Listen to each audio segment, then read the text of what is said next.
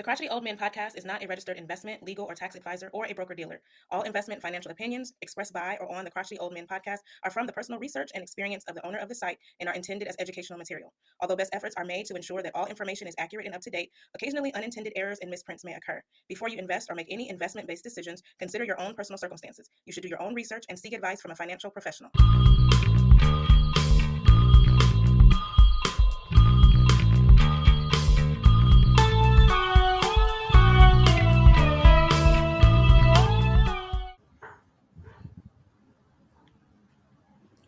Well. Welcome once again to the Crotchety Old Men podcast, where we talk about anything and everything and have fun.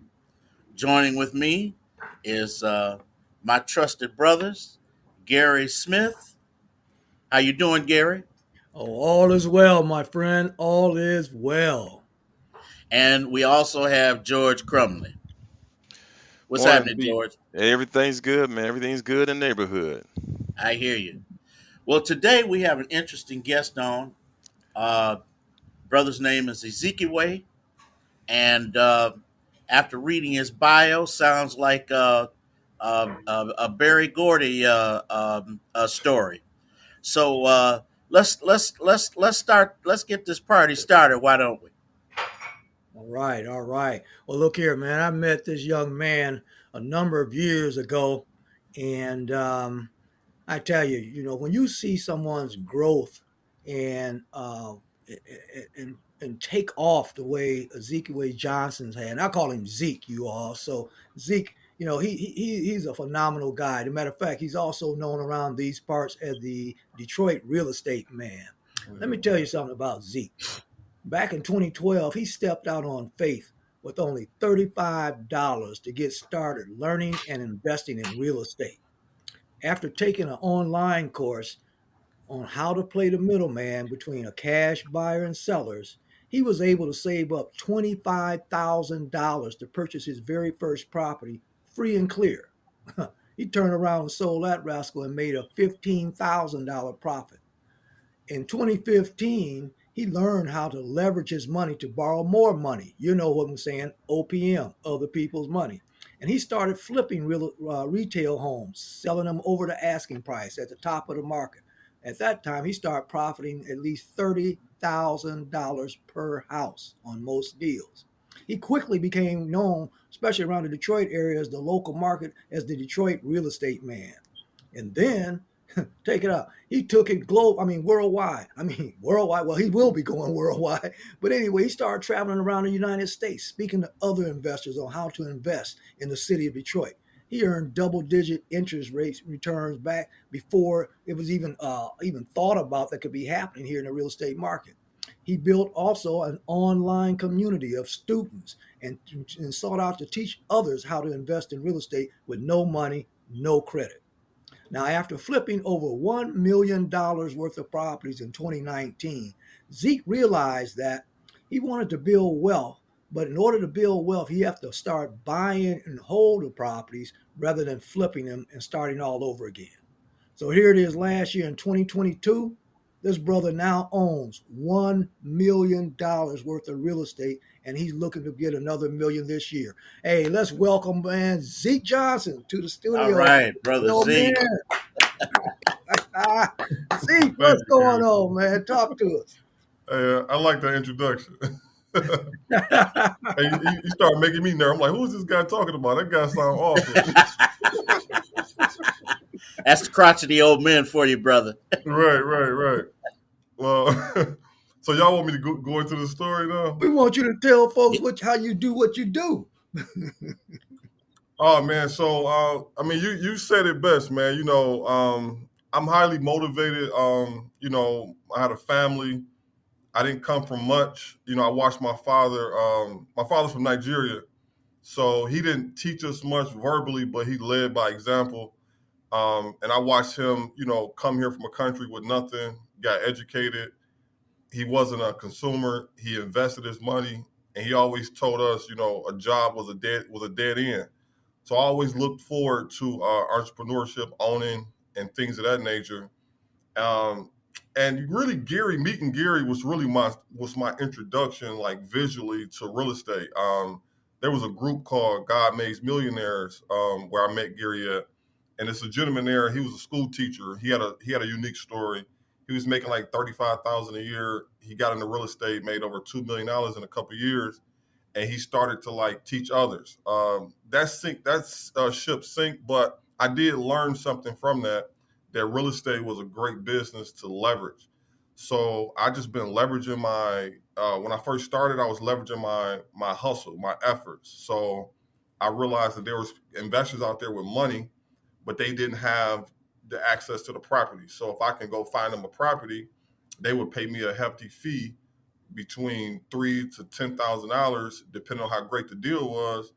And I did that for 2 years. And then after that, I was able to save up some money and start purchasing my own property. And it's just been history from there. I haven't stopped. I continue to learn. In 2019, it was a pivotal moment for me because I bought about $800,000 worth of property and sold them.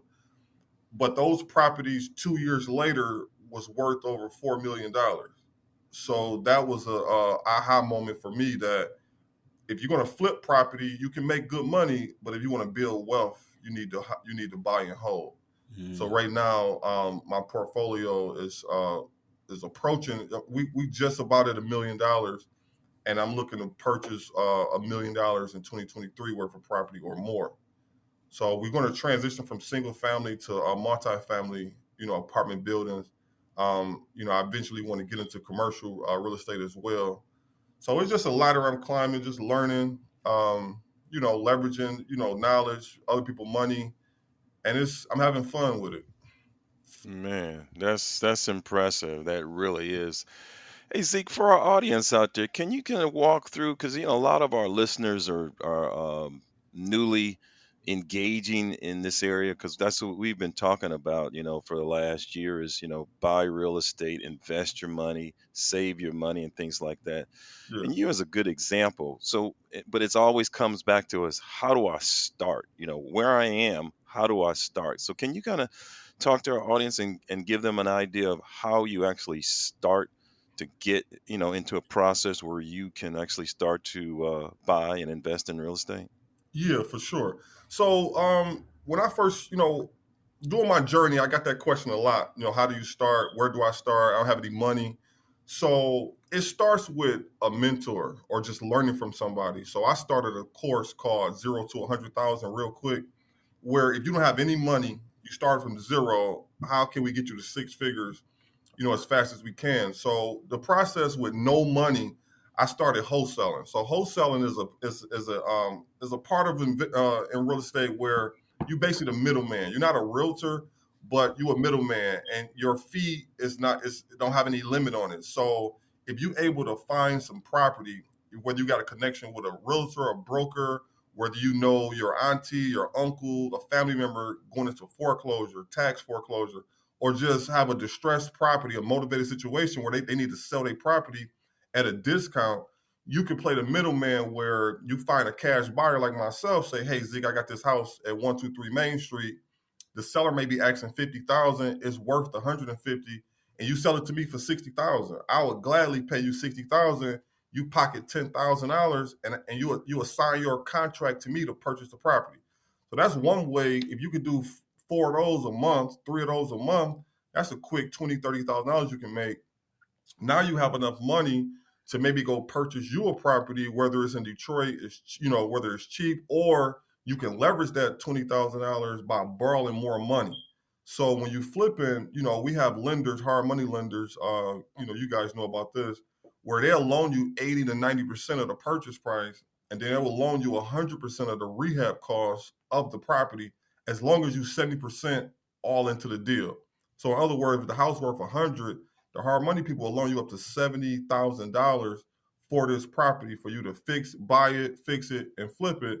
Now you then took your 20,000 and turned it to maybe 40 or 50,000.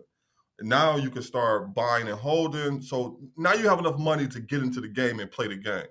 But the number one thing is with me, anytime I went from wholesaling to buying my own property, flipping, I always learn from another investor, somebody that specializes in that area that can give me the game, from A to Z, particularly on that subject, whether it's flipping, whether it's buying and holding, whether it's wholesaling, whether it's commercial lending, because I see a lot of people jumping out here and they making big mistakes. They buying, real estate is all about numbers. So if you don't know your numbers, you can screw yourself buying a property. So I see investors they may buy a property, it may be only worth 50, and they all into the property 70,000. Now, if you just got money you just want to waste or just park somewhere and just earn, some interest on your money, that's one thing. But if you're trying to get into this for a profit and you that's negative equity. So if you don't know your numbers and know how to run the numbers, you can easily, screw yourself. So my number one thing is education, finding a mentor, finding somebody that's specialized in the area that you want to invest in, whether it's flipping or wholesaling or whatever, buying and holding, and then you go from there. And they should be able to give you a game plan on how to get started. Wow. So that's my advice to listeners. That's really nice. So obviously you made this sound like one of those TV shows. Yeah. Like it's like, okay, I just do this and flip it, got the lady in the background, she's saying, okay, let's design it this way and kind of Yeah. like that. So you've made it sound really easy for our audience. Okay, so now give us the down and dirty. What's the downside to this? What are some of the pitfalls? Some of the pitfalls. So when you're flipping, the contracting part of it, so dealing with the rehab portion of it, that's been a downfall for me. So it's very hard to find good good labor or good workers. Two, trustworthy contractors, because a contractor can make or break the deal. Okay, if I buy a house for, the house worth 100, my budget to rehab it is 30,000, and a contractor goes over budget 40, 50 grand, maybe 10 or 20 grand over the budget, or he don't finish the project, I got to hire somebody else. Every time you go over, that's money coming out of your profit. Okay, so if you flip it and you was gonna make 20 and you over 10, that's 10,000 out of your profit. And sometimes, that can really be a downer, because I have done deals where we didn't make anything. I only lost money one time on a flip. I lost $7,000, but all the other flips have been a success. And then there was like a few flips where I just broke even. So breaking even is okay. Losing money is not. So with all the property I didn't flip, I only lost money on one. So, but at the end of the day, I don't look at it as a pitfall or a downfall. I wrote a status the other day that I'm excited when I make a mistake, because mistakes are part of the process. So if I go into a deal and I lose, at the end of the day, I know real estate is tested and proven throughout the history of time. So I know I'm in the right arena. Now, if something happens bad, it's just a learning curve. Everything has a learning curve. So I take the bad with the good. That's a good way to adopt that saying. It's in real estate, because when it's bad, it's okay, because it's definitely going to turn around. So when the market is down, when the market is turning, listen, I know how to make money in any type of market. There's an opportunity in any kind of market, whether it's down, up, sideways, whatever. We can figure out how to do a deal and make money. So, to answer your question for the downfall, pitfall, that's the only stressful thing for me, with flipping and buying houses, is the contracting part. Everything else is pretty much what it is. The finding the property part, I done built a reputation in my field where people are constantly getting good deals.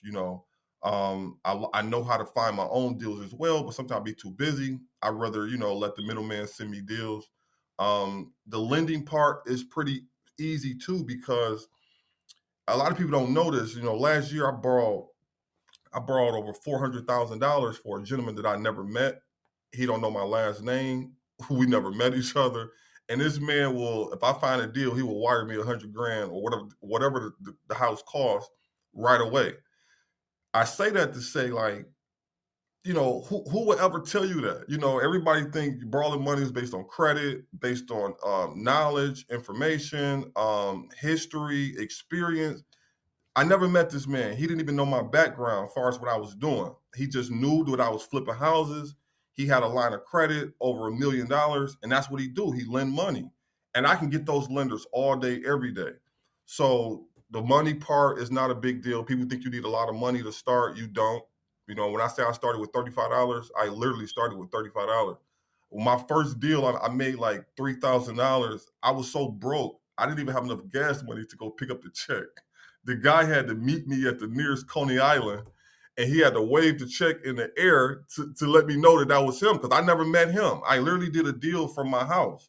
And that month, I made $15,000 from $35. So the next 4 weeks, I made $15,000. And that was my story. So you really just got to have a passion, you know, and you got to put your head down and go. You know, you can't doubt yourself. You really got to believe in yourself.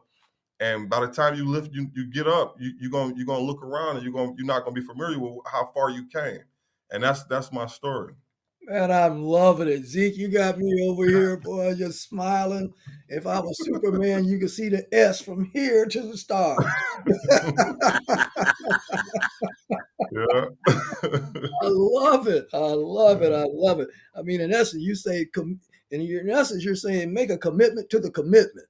You know, Exactly. don't be deterred. Don't stop. You know, stop worrying Yeah. about doors that are closed. Seek the ones that are open. Open. There you Man, go. you are There an you go. epitome of that quote right there. Oh my I like God. that.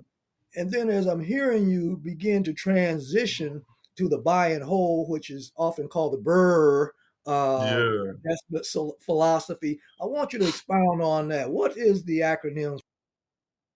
Okay. So before I give you the acronym for BRRRR, I want to tell you how I got to this point. So because I don't come from anything as far as money. When I started to make this money, you know, I still had a scarcity mindset. So that's the thing that people don't understand about when you become an entrepreneur, when you're investing, you really have to think about abundance. So me having that money, I'm making this money for all these years. Every time I bought property and I wanted to buy, you know, hold the property, all I kept thinking about is like, okay, my money is tied up in this house. You know, I got 30 grand tied up in this house. I could be doing something else with that money. So I just didn't understand like how I was going to get, you know, to 100 properties with me with my money tied into the property. So I had like 6 or 7 rentals, and I was just thinking about all the money tied in there. So I sold them, and I just like keep moving my money. So the past year, I was introduced to this strategy called the BRRRR method, and I'm like, okay, so BRRRR stand for buy, renovate, rent, refinance, and repeat. Okay. So I started meeting these gentlemen. It was a group of them. They own like, each guy owned about 20 to $30 million worth of property. I'm like, wow, how is they doing that?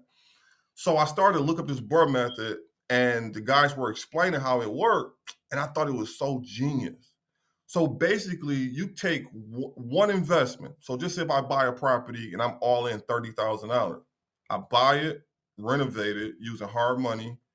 I rent it out and I refinance it, and I get all of my money back that I didn't put into the property. And I'm cash flowing. The cash flow is not a lot, but it's cash flow. You cash flow maybe a few $100s a month. So then I thought about, I'm like, okay, what I'm gonna do with a few $100s a month? The goal is to scale it. If you don't scale it, it's not gonna make a lot of financial sense. So now, in essence, you burning the candlestick from both ends of the candlestick. So it's gonna burn down quicker. So now I got this property. I got a tenant paying the mortgage down. I'm growing equity over the years. I have no money invested into the property, so my rate of return is infinite.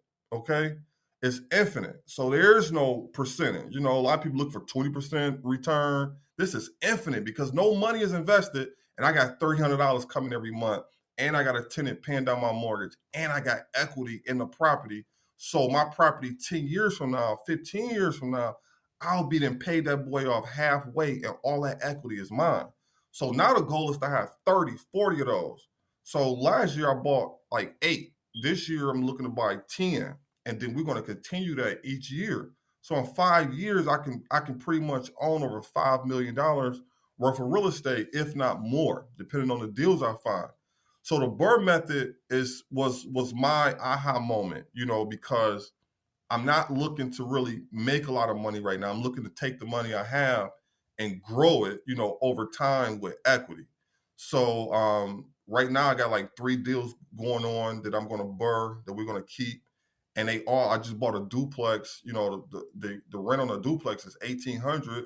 My mortgage payment is like under $1,000.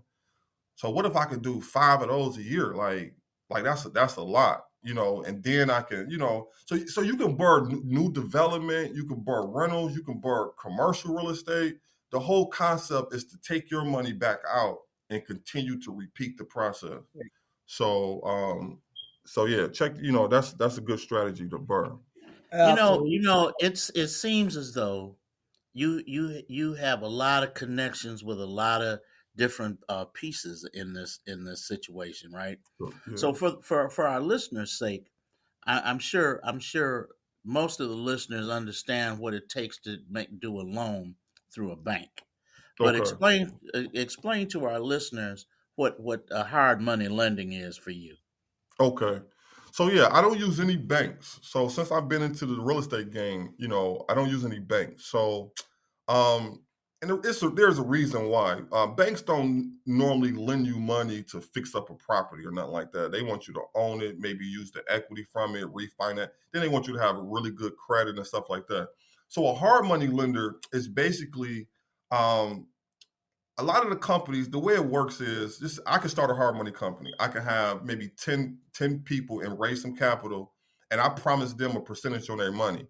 Their money is backed by an asset. So if you don't pay the people back, they get to take the property. That's why they want you to be, they're not going to loan you more than 70% of the ARV, which is the after repair value of the property. So a hard money lender, their goal is to loan real estate investors money. It's a short-term loan. It's not credit driven. Recently, they do want a minimum credit score, but you can get a loan did with a low 600, high 500 credit score. But basically, they loan you money based on the asset. It's a short term loan. It's high interest. Um, and let me touch on the interest part. So somebody asked me in the last podcast, like, how do you feel about paying high interest? And you know, growing up in school and listening to financial advisors, they harp on high interest. But here's the thing: if I can loan you $100,000 and I want 20% interest, but my $100,000 is going to create you a $50,000 profit, who cares that I got paid 20% of my money? You need to worry about the $50,000 you about to put in your pocket off of my money. Because if it wasn't for me, you wouldn't be able to make the $50,000. So I don't care about the interest. I care about the deal. Okay. So yeah, that's what hard money. They are hard. They're investors that loan money based on the asset. It's a short term loan. It's not credit driven. It's asset driven. So long as you find a good enough deal where you can be 70% all in, that's purchase price and rehab, you can get a hard money loan. Okay. And you may have to put down 10 to 20%, but there's a way around that. So a few years ago, I did a deal. I made $50,000 and I had no money into the deal. I got a hard money loan and I got a gap funder to fund the gap funds, which is the money between the 20% you got to put down and your closing costs. I didn't have either. So I got a guy to fund that. So we made 50 grand. I gave him 20 of the 50, but I also made the commission because my wife had the real estate license. So she made 10,000 on the sale of the property. And then I did the rehab and I profited another 10 grand off the rehab of the property. So when I tell you can get creative with this, you can get creative. There's no excuses. If you want to play, you want to get in the game of real estate, you can get in. But you got to be determined and you got to be able to, you know, get creative if you don't have anything. If you got good credit, you got some money, you don't got to be that creative. But I had $35, so I had to get creative. We'll be right back. This is Dr. Paul Clemens with the Crotchety Old Men Podcast. If you're interested in financial tools to build wealth, and you're interested in ways to maximize your health through holistic alternatives, then you are just the audience that we're looking for. Tune in each week, every Thursday, to the Crotchety Old Men Podcast, where George Crumley, Gary Smith, and I offer you in-depth discussions on health and wealth. Subscribe to the Crotchety Old Men Podcast on Google, Spotify, Apple, iHeartRadio, or wherever you get your favorite podcast. We're back. Wow, that's some good stuff, Zeke. So let me ask you another question. You haven't said anything about the taxes. I mean, there's obviously a lot of tax benefits in the real estate because over the years that's pretty much my area. I've been investing since back in the 70s, and Mhm. that's one of the things that I saw really benefited me on the tax side. How has that helped you? Well, because I've been a flipper for most of the time, I just started buying and holding. The taxes didn't favor me well because I got capital gain taxes. So every time you flip a property, you make 50 grand. You got your capital gain tax you got to pay, and then you got your other ordinary tax you have to pay. But the buy and hold side is where the tax benefits really help real estate investors. So like now, I'm just getting familiar with some of this, but I can write off the interest that I pay, the rehab costs. All of those are considered expenses, against my balance sheet. So I'm not the tax guy to talk to, but those benefits of the taxes, I believe, are very good for buy and hold. Talking to other real estate investors when buy and hold, they tell me about a whole plethora of tax benefits you get. So I'm looking forward to learning more about that. But definitely on the flip side, taxes didn't benefit me that well. So I'm what I glad. did do to avoid taxes, every house I flip, as long as I roll that money over to another property, I kicked the can down the road as far as paying taxes. So I always kept buying a property. I may take 10 or 15 grand from the profits to live off of to do what I need to do, but majority of the money was going back into another property to keep the process going. I'm glad you said that, Zeke, because in the commercial real estate realm, and of course, real estate in general, what you did was exercise what's known as a 1031 Yeah, exchange, and we right. talk about that often. But it's been my experience, and I'm so glad you broke it down, the Burr strategy. I know coming from a commercial real estate background, what you've done in essence is you've turned single family houses into what we call single tenant net lease commercial properties, Hmm. meaning that your five benefits are these. Number one, you're buying properties and you're creating a passive income of that monthly cash flow. And it may Right. seem small at the beginning, but like you said, you got to scale it.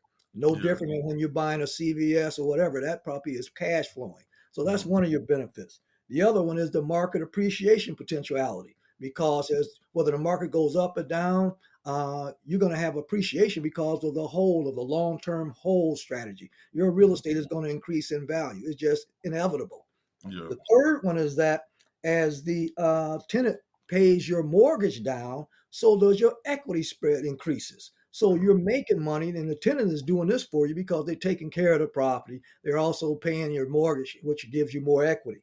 The fourth one, of course, is the tax benefits that you touched upon, being that the depreciation of the property, you're able to write off depreciation. And what some of our viewers, probably or listeners, may or may not know is that there's a thing called cost segregation. Properties are built in pieces. So as far from the roof, that's a depreciable item. Every building has a roof. The furnaces, that's a depreciable item. So if you break that property apart, and this is what comes from a cost segregation study, you're able to depreciate even more depreciation, which Wow. also gives you more cash flow. And last but not least is that inflation. With real estate, those of us who understand inflation and truly, truly understand real estate, we're Mhm. not afraid of inflation. Matter of fact, inflation is good, because here's the reason why. During this time, right now, with inflation, prices of properties going up, cost rents are going up. Who benefits from that? Real estate investors. All right. So ain't nobody, only people complaining about real estate. Inflation is the people that's not playing the game of real estate. Real Yeah. estate is the game made of creating wealth. Let's get Mhm. over it. You cannot work your way to wealth. I'm not Mhm. saying run out and quit your job, but hey, this young man is giving you nuggets and some knowledge about how you can make a transition for not only yourself, but generational wealth building principles. Man, I love it, Zeke, and especially from a guy that's so young and young comparative to what, I get that, but young, ladies and gentlemen, this guy has taken an age-old principle and has making it work. He's living proof that you don't need credit. I don't care what color you are. You don't need any money. All you need is a strong desire to There you win go. and change your family history. Man, I love you, man. You are phenomenal. Thank you. Phenomenal. phenomenal. Thank you, man. I'm trying to say it loud enough for the people in the back to hear us. Zeke, I had a question. Okay. One of the things that would scare me is holding on to tenants where you have, I mean, holding on to properties where you have tenants in them, Mhm. and you hear these horror stories about how the tenants disrupt and destruct the property. Yeah. What do you do to avoid and to avoid that kind of thing? That's a great question, man. So that was one of my things too. When I sold my rental portfolio before, I'm like, these tenants not taking care of the property. How do I get over this? So what I learned, man, is like you really can't take people's stories and make them yours. You really have to like take people's stories, learn from them, and see what you can do different. So here's what I noticed in the rental market or with new investors coming into buying property. They want the cheapest property. They want to put the cheapest stuff in the property, but they want a really good tenant. Think about that. You want to buy the cheapest house in a raggedy neighborhood. You want to put the cheapest stuff in there, ugly. You want to hire the cheapest contractor, but you want me to pay you rent every day and take care of this cheap garbage that you put in this house. So here's my philosophy. Here's what I did. I'm picking certain zip codes where working class people go live at. People like me and yourself that want a nice house to live in. They want to host family events and they come over and they house nice. So when I rehab the property, I'm giving you new roof, all brand new windows, new gutters, nice landscaping, nice door with an accent color, granite countertops, soft closed cabinet doors, gold gooseneck faucet, gold handles to match that, high-end cabinetry, nice tile. I'm gutting out the bathroom. I'm putting a spa type filling shower and vanity in there. So when you come there, you like, wow, this is really nice. It gives you one, I'm gonna demand a great tenant. I want a family in my house. I'm not picking any and everybody to apply. So it's gonna demand a good tenant because it's an awesome house. I'm not to let anybody live there. When they do come in the house, it feel like a home. It feel like this person really cared about this stuff. It's not cheap stuff, so it's not gonna break easy and stuff like that. And then they really care about it. They really make it really feel like home to them. And when something feel like home, you kind of take care of it. So you got to choose the right people. I'm not saying that I got a magic ball who's nice, but I got a good feel for people, So the house I was just describing, I put an older lady there.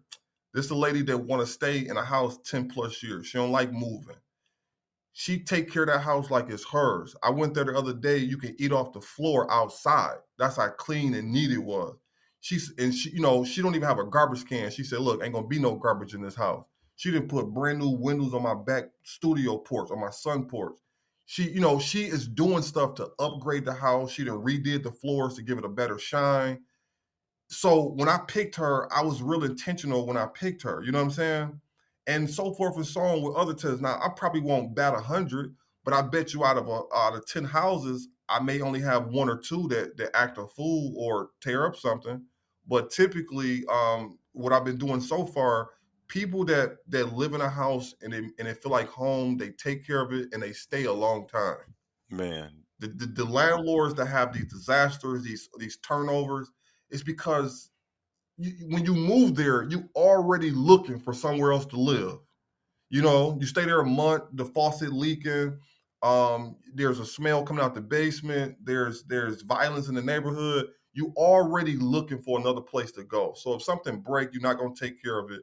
So I say choose the location. They say location with real estate.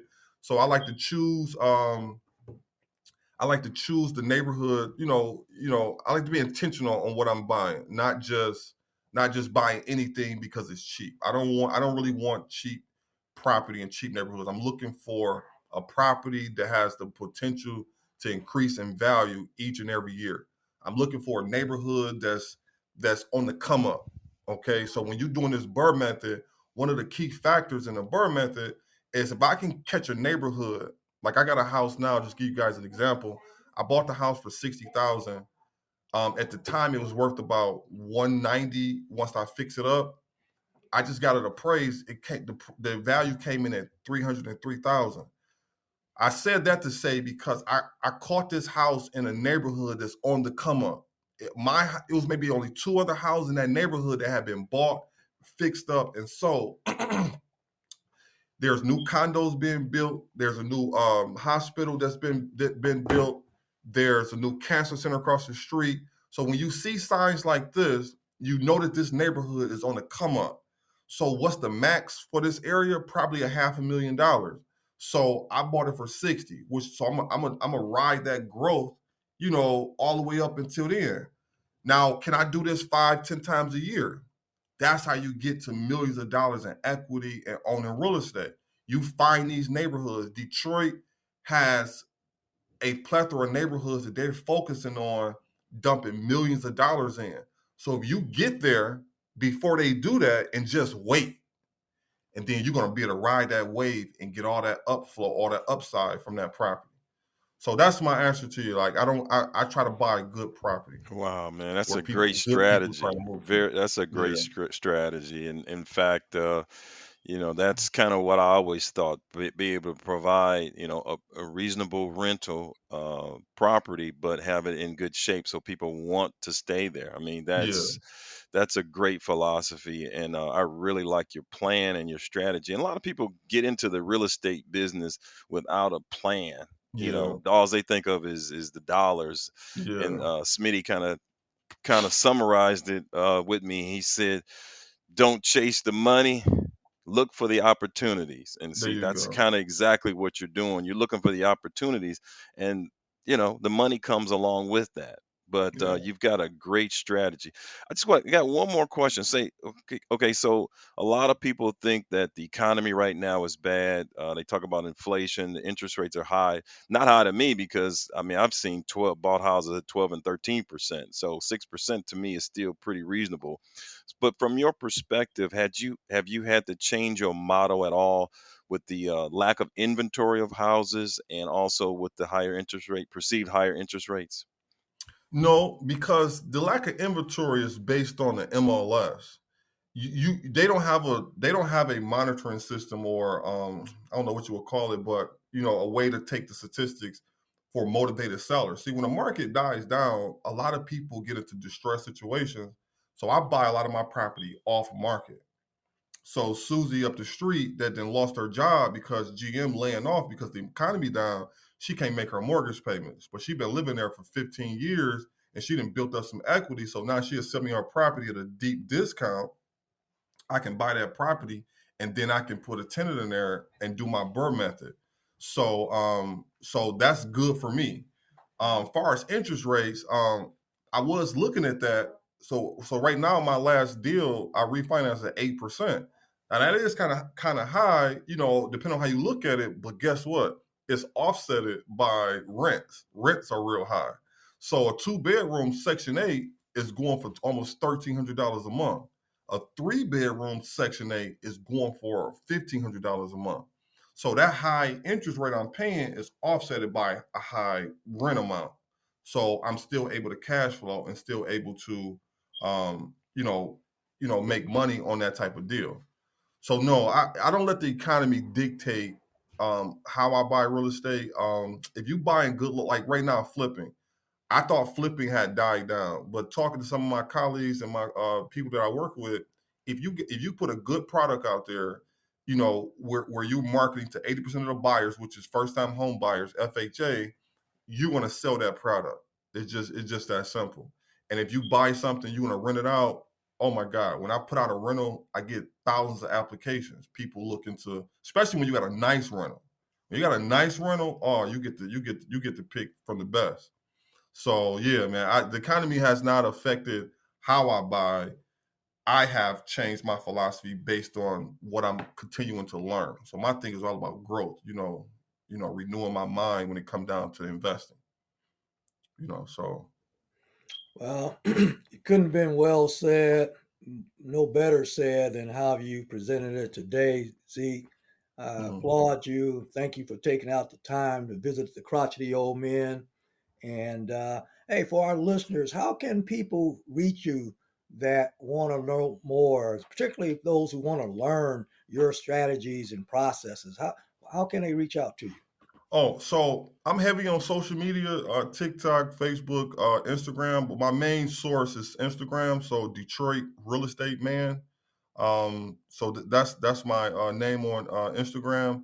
Also on TikTok, and you have a YouTube channel as well, where I sit down, break down deals, go over numbers, and I also have a course. If you're looking to get into real estate with no money, no credit, I have a wholesale course, and I'll be doing a fix and flip and a bird course next month. If you follow my Instagram, I constantly going on there giving updates. And then my email is info@detroitrealestateman.com. Excellent, excellent, excellent. Yeah. Well, we have a saying on our show that if you didn't know, now you Now Now you know. you know. know. Definitely. Hey, but I appreciate you guys for having me and asking me these questions, because if I had something like this when I got in, it would have been real helpful to just, hear people's story, how they got in. I consider myself to have a unique story, how I started. So I appreciate you guys for exposing that. Absolutely. Absolutely. And we appreciate you coming Well, on. we I mean, you've been a appreciate you coming on and sharing the Yeah. knowledge with us, brother. Oh, no doubt. And just for our audience, Zeke, I'm gonna put you on the spot here, man. How old are you? I just turned 39. Last year September, so I'll be approaching 40 this year. wow. Still a young man. But I feel 32 though. I'm 32. I feel 32. That's good. Look here. We traditionally have a quote, and I got one that I think is very appropriate for today's discussion. Opportunities are everywhere. They're simply cloaked with obstacles. The people who take action with fear and doubt are those who control their destiny. There you go. I believe you're an epitome of that quote, man, because what I Yeah, for heard you sure. say is that you don't allow the economy to dictate to you how you're going to move in your sphere of the real estate industry. And I Yeah, love that. There's too many people that's looking at the clouds, and there's a biblical scripture, and I can't quote it specifically, that it says, "There's no lion in the street." Okay, if you have a dream, the only way it's going to come true is that you wake up and pursue it. there you go. There you All go. right. There you So go. hey, thank you, Zeke. Much love and much respect, and certainly we wish you much success in 2023. Hey, thanks a lot, man. Y'all All guys All have right. a right. good one. All All right, Peace right. man. out. Take care. Oh, no doubt. Peace. Crotchety Old Men signing out. If you didn't know, now you Now know. Now you you know. know. All right.